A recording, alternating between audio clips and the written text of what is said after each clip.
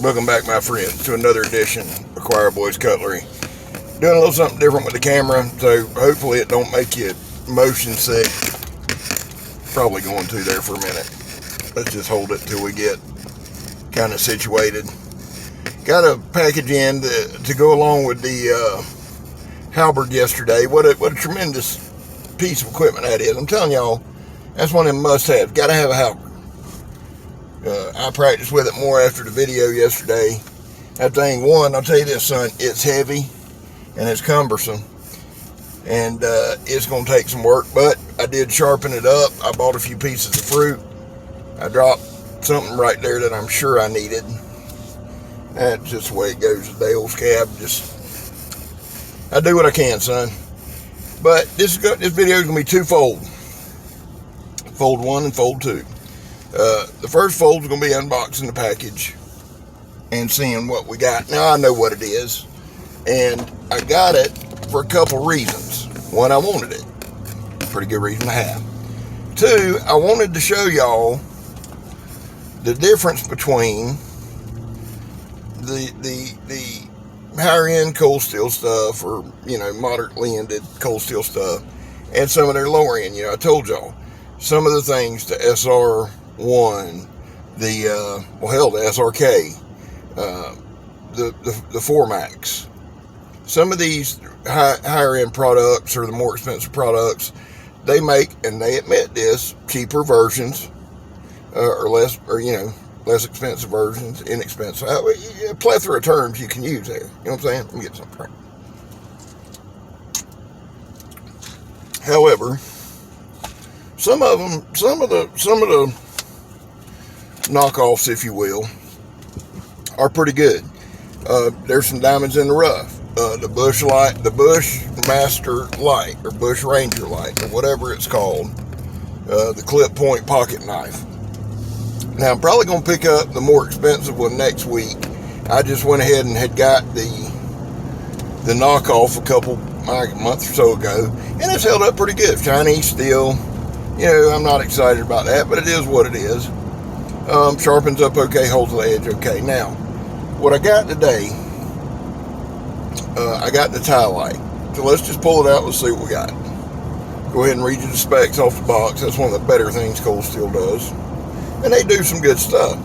Okay, the blade length on this is 6 inches. The overall length is 13 inches. So that's a 7-inch handle. The steel, CPM S35VN. That's big. That's a big thing for this knife.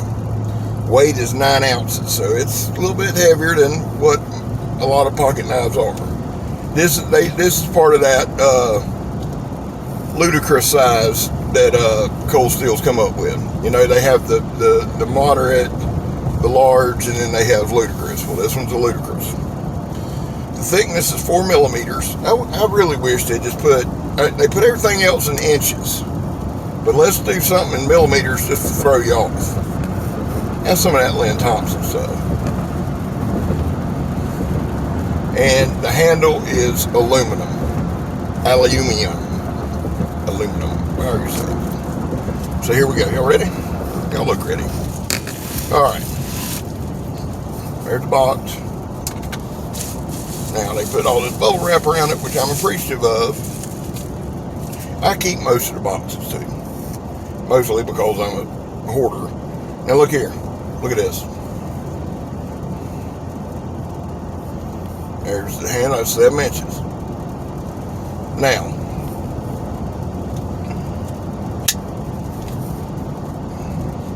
look at that. That thing's rough right there, son. That is a good looking knife. Whew. Look, can y'all see the blade on that? See the edge on that?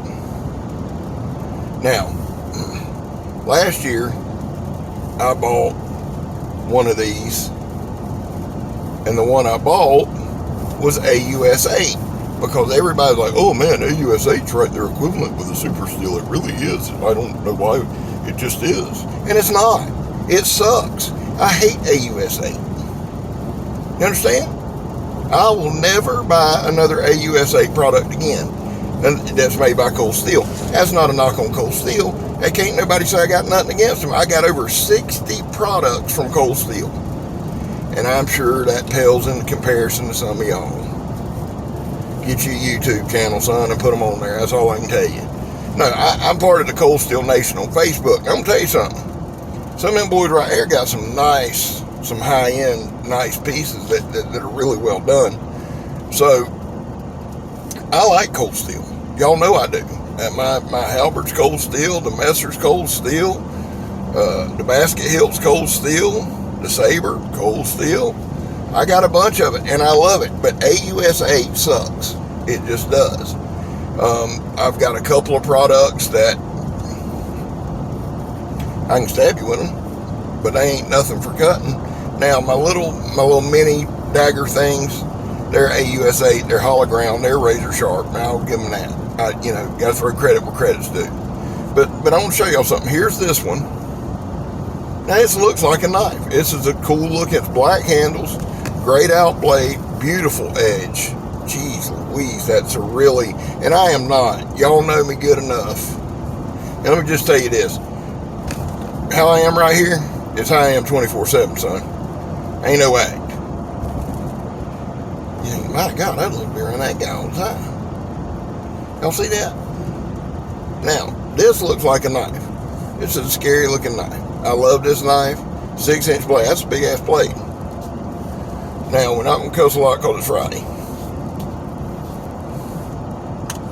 Now, the other thing, one other downside of Cold Steel, and then I'm going to go into more positive stuff. Well, no, to me, a lot more negative because I'm going to show you that AUS 8. But, and this ain't a negative, it's actually a positive.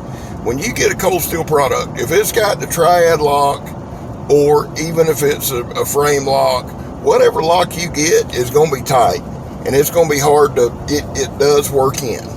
The triad lock's one of the hardest to work in, but after a minute or two, son, that thing will work right in there. Now, I'll show you something that started this whole thing off. Where's that? Of course, it'll be at the bottom, right here. Now, here's the tie light, the 4-inch tie light. Now, this one's AUS 8. I just ran it through a sharpener, and I want to like this knife. Actually, this one in S35VN or S30V, whichever one they got, I'd love to have. But see this? Look here. I'd see if y'all can see that. Okay? The edge ain't bad on it, but you'll see, I don't know if you can see it. It's kind of like rounded. It's more of a rounded edge. Yeah, this one's actually pretty sharp. Not real sharp, and it won't be sharp for long. You can believe that. Day or two to be gone. Do I carry this one? No, this stays in my bag now, because every now and then I like, whipping it and throwing it and stuff. But I bought this one, and I was like, okay, no problem. Now, this is one of the first ones I used on my work chart, and that's how I found out pretty quickly that the work chart, you probably should practice on a gas station knife, because it will round that tip out, which made me happy to no end. But the other thing I'm going to show y'all, everybody's been to Walmart, Home Depot, or something like that, and y'all seen these sharpeners. It's Smith's something or other, and it's a diamond thing, blah, blah, blah. That's not what I'm talking about. In the sharpener here, you see that line, see that groove? See that? Right there? What that does is that helps out your tip. That sharpens your point. So, if this guy won't run right into me 500 times, all you do is you take it like this, you take it, you slide it in that point, and move up and down.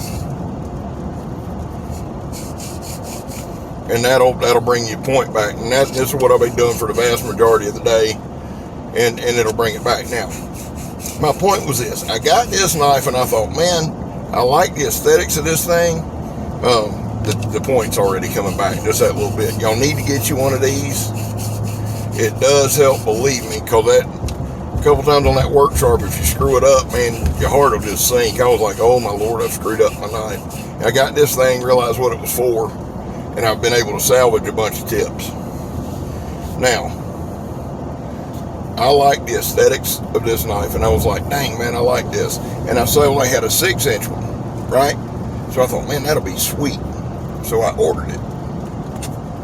And it was this one here. And I said, so my Lord, that knife, I didn't know they were going to have a 7-inch handle for a 6-inch blade. I really didn't.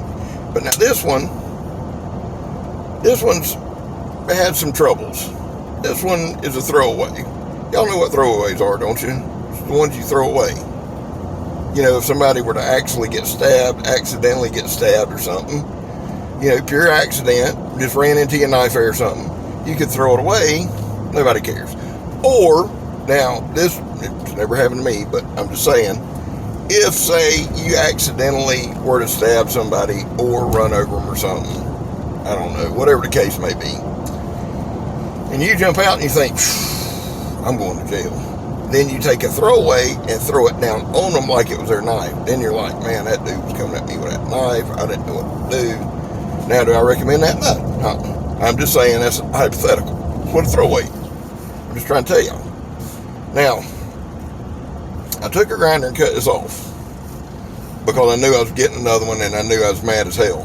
Because this, watch this. That ain't nothing. You cannot sharpen this knife. I just put it on the work sharp with a rough grit. I hate AUS 8. It's like the belly's puffy and blown out. Do I recommend this knife? No. Do I recommend you getting one? No. No. The tie lights in the AUS 8? No. The tie lights in that S35VN? Yeah. And I'm going to put that thing to the test today. Because it's like a sword, son. In typical cold steel fashion. Now, this ain't going to be a long video. I'm going to show you another, I do like this. I still like this knife. Probably still throw away, but I still like it. And I may, once I sell a few knives and clear out some of my stock, I may get this in an S35V. I don't know. I'm going to hold on to that one for now. Put that in the keeper pile. Now, the other big knife, big small combo, cold steel does, son, is the Luzon. I like this knife. This knife is pretty sharp. The smaller one is. It's got Chinese crappy metal, but it's the Luzon. Now, it was the handle's supposed to be reminiscent of bamboo. I do not see that at all. But that's okay, because this one, I carry so many knives, I can't carry everything, guys. I keep this one in the bag. I do like slashing bottles and stuff, fruit, whatever with it. But I do like the flip. Look at the deployment on that. It's a flipper. This ain't but 30 or 40 bucks. Quick action, good pivot. The steel, it's one of them Chinese deals. But now this stuff will sharpen up. And I love, see the overall aesthetics of that blade. I love that blade. Love that design of the blade. Love it. So that's why I picked this one up. Now, its counterpart is this one. That made me look bad. The Luzon. This thing is huge. Now, y'all have actually seen me use this in comparison to a couple other knives. The Luzon is a 6-inch blade, 7-inch handle, same thing. But it's just a big, bulky knife. Let me show you. That's another big one they make. The big one, I don't like as much as I like the little one. I thought I would. I thought it would have a little more heft to it. I want to see if they would make these knives. I'll tell you this, it don't even have to be S35VN. Lynn Thompson, I know Lynn watches these videos, son. He does. Can't tell me he don't. I mean, the who's who of knife people watch these videos.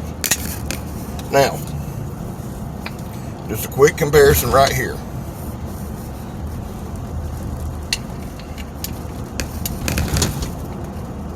See that? About the same length.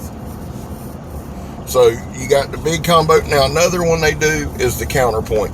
I've heard they do the counterpoint, which would be the same thing. 6-inch blade, 7-inch handle, 13-inch overall. I've heard they do that counterpoint in AUS 10A. I've got the Raja in AUS 10A, and I've got the Spartan in AUS 10A. And man, they are awesome. They are awesome. AUS 8 sucks. I think it's a heat treat. I really do. That can make or break a knife. Anyway, that's enough yakking for today. I love y'all dearly. Give you another look at this. I'll probably be back later this afternoon with another tremendous video. We'll do some cutting. We'll test this thing out. We'll swing the messer. I sharpened it up. 22 veterans a day commit suicide. It's got to stop, guys. It's got to stop. It's on my heart. It will always be on my heart. So 22 veterans a day commit suicide. Police, LEOs are now, they've always been a high suicide rate in that field. So much so that they actually have an insurance that will cover them for that. Now that's saying, that's knowing you have a high suicide rate. So keep them guys in your prayers. Listen, if you're in the military or if you're a policeman and you can't do it anymore, you feel like you're in the rope, reach out. We're here for you. We want to be here for you. I love y'all. God bless y'all. We'll get you some help. To my friends that are addicts, and to those of you watching who are addicts, if you need help, reach out. I've been there. I know that feeling. We'll try to get you some help. We'll do what we can. This channel has fun, and I'm humorous as they come. No scab, Witty Baldwin. That's what they call me. But some things just ain't funny, and addiction ain't one of them. Reach out if you need us. I love y'all. I'm Scab. You're not. We're gone.